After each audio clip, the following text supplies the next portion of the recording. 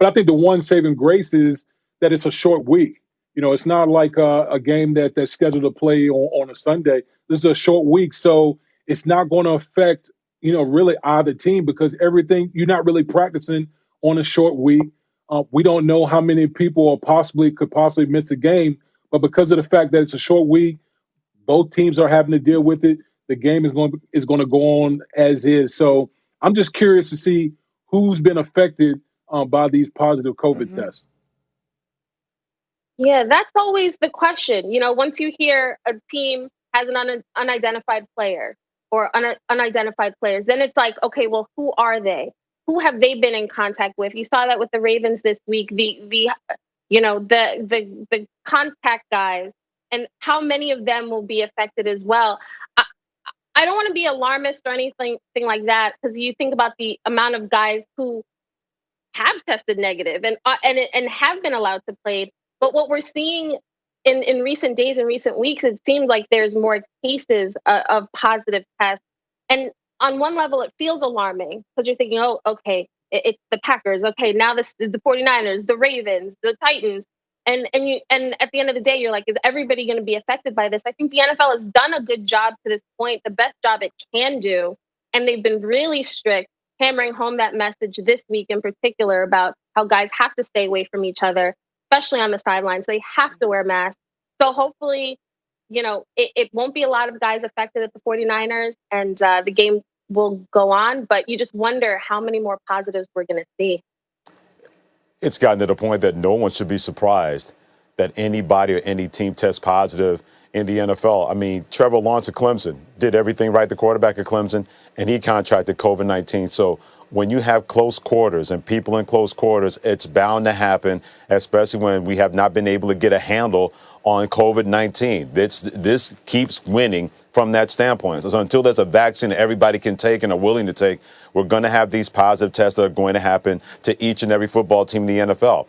And Kimberly, to your point, the NFL's done a terrific job. When you think about, many people wonder, okay, when COVID-19 hits a team, is it going to shut down the season? Is it going to shut down a week? They've been able to pitch and patch and mix and match and move things around, but it has not stopped their season, and at times it has not stopped the week, whatever that happens in the National Football League. So you take this as a positive that, okay, maybe it's only one person won't affect the game tomorrow night. If they have to move the game to Monday, then they're probably going to do something like that if they have to.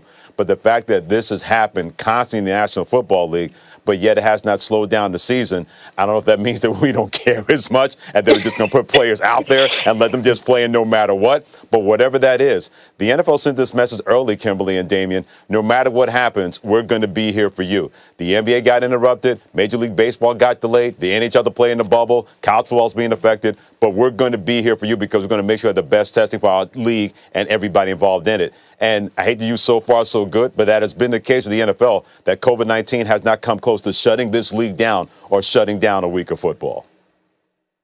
Mm-hmm. Well, Freddie, so far so good. We'll take it at this point. There aren't that many options. And I think given the tight turnaround, the 49ers shutting down their facility today, they're expected to play tomorrow. We're really just going to have to see what happens. Be sure to tune into ESPN Sports Center throughout the day. They'll have much more information as the story develops, and they'll have more in regarding to the status of tomorrow's game. All right, guys, we are going to move on to a little segment we like to call Take Your Pick. Kimberly, I want to start with you here. We know the Bears, they're visiting the Titans on Sunday. Who do you think should be the starting quarterback for Chicago moving forward? It's got to be Nick Foles. And here's why. I know what Nick Foles is. I know I'm going to get good and bad. I know that this is a guy that he's a veteran guy.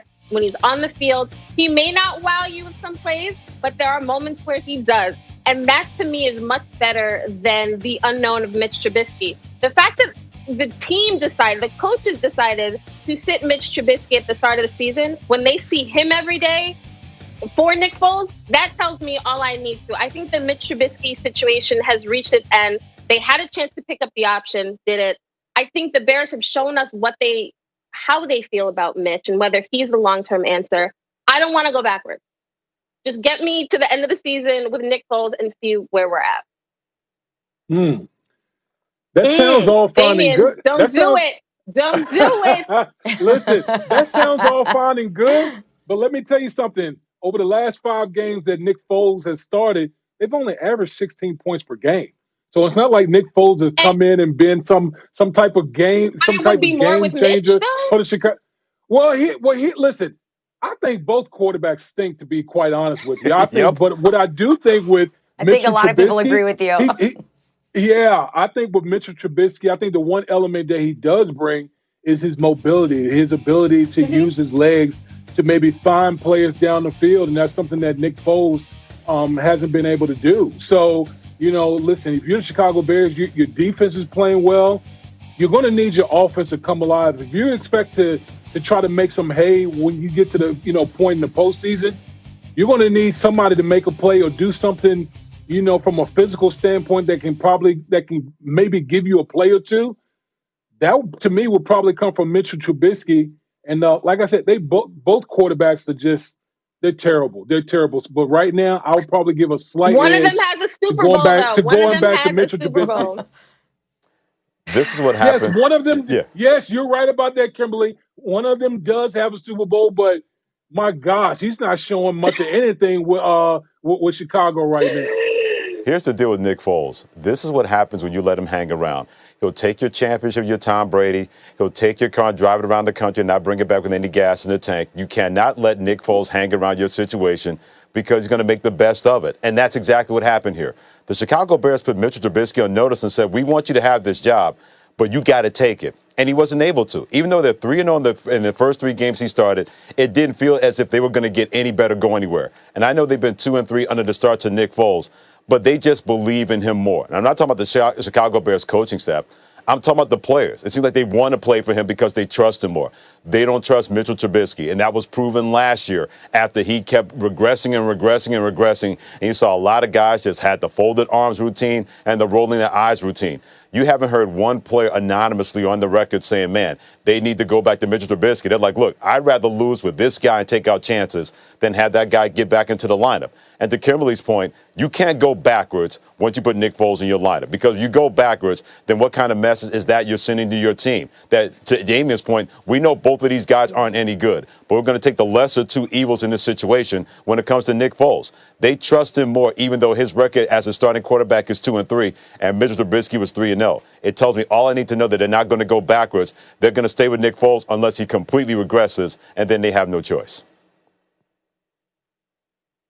All right, Freddie, well, what do you say we talk about some good quarterbacks? What rookie quarterback do you see making the biggest headlines in the second half of the season? It's going to be Tua Tagovailoa of Miami, because I thought about when Brian Flores, who, by the way, that guy can coach his behind off. You can say whatever you want, but that guy in a year and a half, that brother gets it in. Brian Flores, he's just terrific. Gets his players to play hard for him. They can dial up plays, getting ready for the start of the game, and then make great adjustments in the game.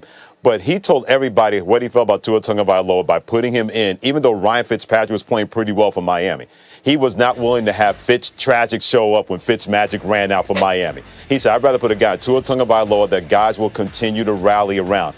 And you saw that. The special teams, they scored a touchdown. The defense, they scored a touchdown. Tua Tagovailoa did not make big mistakes. When he had to make a throw or two, he was able to do that. When you have a guy celebrated like that, like he was at Alabama, then he steps in with a football team in a division that's there to be taken. In the AFC East, with the Patriots no longer being the kings of that division and Buffalo not that far away from Miami, as he continues to get better and better and better, we know the name Tua Tagovailoa, he's that rookie quarterback, in my opinion, that's going to make the biggest headlines in the second half of the season. That Miami team is going to be hell to deal with for anybody that plays them the final 8 games of the NFL season. But yeah, look, I think the supporting cast around Tua Tagovailoa is legit, but I'm going to go with Joe Burrow. I think Joe Burrow, to me, he has drawn a lot of eyeballs to the Cincinnati Bengals. When the last time anyone gave a damn about the Cincinnati Bengals?